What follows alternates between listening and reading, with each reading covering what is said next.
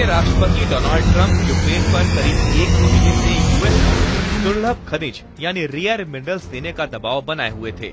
उनका साफ कहना था कि अगर जेलेंस्की को अमेरिकी सैन्य मदद चाहिए तो बदले में यूक्रेन को बेशकीमती दुर्लभ खनिज अमेरिका को देने होंगे।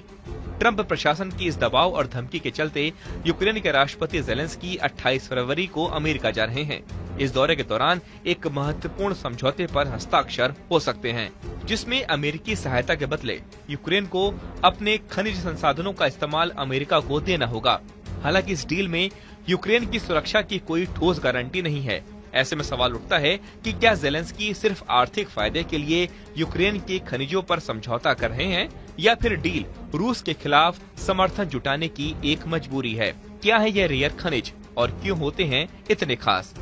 दुर्लभ खनिज यानी रेयर अर्थ मिनरल्स वे बेशकीमती तत्व हैं जो इलेक्ट्रॉनिक्स, सैन्य उपकरणों, बैटरी और हाईटेक इंडस्ट्री के लिए बेहद जरूरी हैं। दुनिया में इनकी सप्लाई फिलहाल चीन के नियंत्रण में है।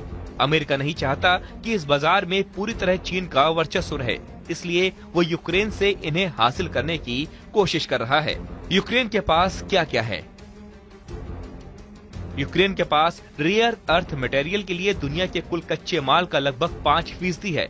इनमें सबसे महत्वपूर्ण है टाइटेनियम। ये मेटल एरोस्पेस और सैन्य उपकरणों के लिए बेहद जरूरी है।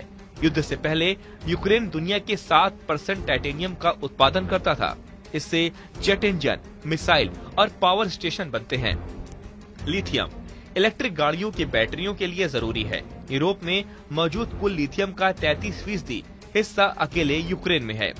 ग्रेफाइट इलेक्ट्रिक वाहनों की बैटरियों और परमाणु रिएक्टरों में इस्तेमाल होता है। यूक्रेन में लगभग 19 मिलियन टन ग्रेफाइट मौजूद है। यूरेनियम परमाणु ऊर्जा के लिए बेहद अहम, लेकिन इसका अधिकतर भंडार अब तक पूरी तरह इस्तेमाल नहीं किया गया है। लेकिन दिक्कत ये है कि यूक्रेन के कुल खनिज भंडार का 53% हिस्सा उन इलाकों में है जिन पर रूस का कब्जा है। इसमें लुहांस्क, डोनेत्स्क, ज़पोरिज़िया और खेरसोन शामिल है। रिपोर्ट्स के मुताबिक रूस पहले ही यूक्रेन के $350 अरब से ज्यादा के खनिज संसाधनों पर अपना कब्जा जमा चुका है। ट्रंप के लिए ये डील सिर्फ यूक्रेन की मदद से जुड़ी नहीं है, बल्कि ये अमेरिका को चीन पर निर्भरता से बचाने का तरीका है। चीन इस वक्त ग्लोबल सप्लाई का 60% नियंत्रित करता है और अभी अमेरिका रेयर खनिजों के लिए चीन पर निर्भर है और ट्रंप इसे बदलना चाहते हैं। ये पहली बार नहीं है। ट्रंप पहले भी अमेरिका की सैन्य मदद को आर्थिक सौदों से जोड़ते रहे हैं। उन्होंने पहले सहयोगी देशों से सैन्य मदद के बदले $400 अरब की मांग की थी।